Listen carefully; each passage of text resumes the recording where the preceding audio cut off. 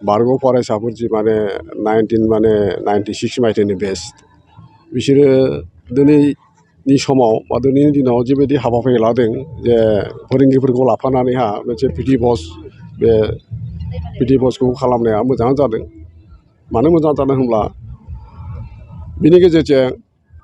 जोङो फरायसाफोरनि बिसोरनि जि माने जिउनि लामा बा बिसोरनि जिउ खांनाय जि लामा बेखौ जोङो मोनदांनो मोनबाय मिथिनो हाबाय बिसोरनि गेजेरजों बेनिफ्राय बिसोरजों जोंजों गोबां डिसटेन्सआव दंमोनब्लाबो खिन्थु दिनै बे जथुमलायनायनि गेजेरजों पिटि बसनि गेजेरजों जोंनि दुखु सुखुखौ जोङो बिसोरनो फोरमायनो हाबाय आरो बिसोरबो जोंनि माबाखौ मिथिबाय गतिके बिदि माबानानै मोनसे मोजां मोनलायनाय मोनसे भाब बिनिमय जादों आरोखि बेहाय आरो बे मोजाङानो जादों आरो बेबायदि हाबाफारिखौ इसोर जुदि सानोब्ला उनफोरावबो जाहाथे लाखिबाय थायो आं बेखौ आसा खालामदों आरो बिदि लाखिबाय थानो हायोब्ला फरायसा आरो फोरोंगिरिनि गेजेराव जि माने मधुर सम्पर्क मोजां जुदि सोमोन्दो बे सोमोन्दोआ थाबाय थागोन होनना आसा थियो आरो आं बे बुब्लि आं बेखिनिखौनो आंनि माबाखौ बुंबाय आरो गोसोनि खोथाखौ थारैनो दिनैनि बे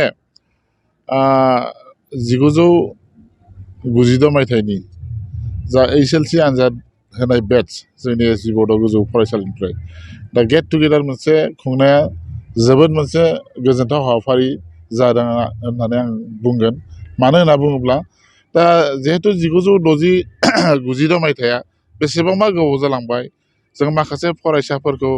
बा सोरबा हयथ' फरायसाफ्राबो जोंखौ बावगारलांबायमोन खिन्थु दिनै बे मोनसे गोजोन माबायाव थासारियाव लोगो मोननानै आं गावखौनो गाव जोबोद गोजोननाय मोनदों। खारन बै समनि बे स्टुडेन्टफोरखौ दिनै गोदानै लोगो मोनफिननानै बै माने सिगांनि समफोरखौ जोङो गोसोआव फैफिनदों। जोबोद मोनसे मोजां हाबाफारि जादों बियो आरो आं खावलायबावगोन जाहाथे इयुनहालागै बे हाबाफारिफोरखौ लाबाय थाथों। दा आथिखालाव जोङो बै समाव जिबायदिहै फरायसालिखौ दैदेनलांदोंमोन दा आथिखालाव बेबायदि दैदेनलांनो हानाय जायाखै। मानो होनना बुङोब्ला जोंनि बे SB बड' गोजौ फरायसालियाव जेरैबायदि बर' फोरोंगिरिफोरा फैनांगौमोन बेबायदि बर' फोरोंगिरि गैया। जोंनो गभर्नमेन्टआ बिदि एपइन्टमेन्ट होआखै। दा गासै 16सा फोरोंगिरिफोरनि मादाव जिहेथु सिगाङाव जोंनि माखासेफ्रा हाजिरा लालांबाय फैयै फैयै दा जोंनि बे फरायसालियाव 7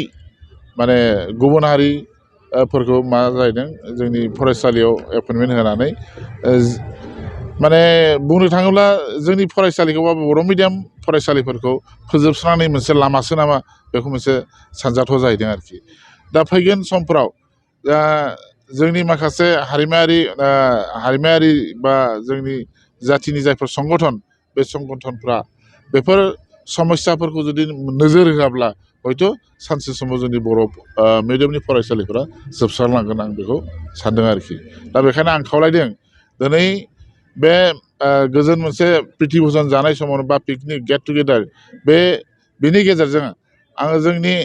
माहारिनि माखासे संगठनफोरखौ खावलायगोन जाहाथे नोंथांमोना बे समस्याखौ गोसो होनांगौ आरो सुस्रांनानै जों बे माने जिहेथु सल्लि मोनसेल' बर' मिडियाम स्कुल माने बेल' गंसेल' बर' मिडियाम स्कुल हिसाबै गुबुन स्कुलफ्राथ' एमएलगे जाजोबनायसो एमएलगे स्कुल हारसाबो दं बर'बो दं खिन्थु जोंनि बे SB बड' गोजौ फरायसालिया गंसेल' बर' मिडियाम। ओंखायनो बे फरायसालिखौ फोथांना लाखिनो थाखाय आङो गासैबो जोंनि माहारियारि संगठनफोरखौ खावलायगोन आरोखि।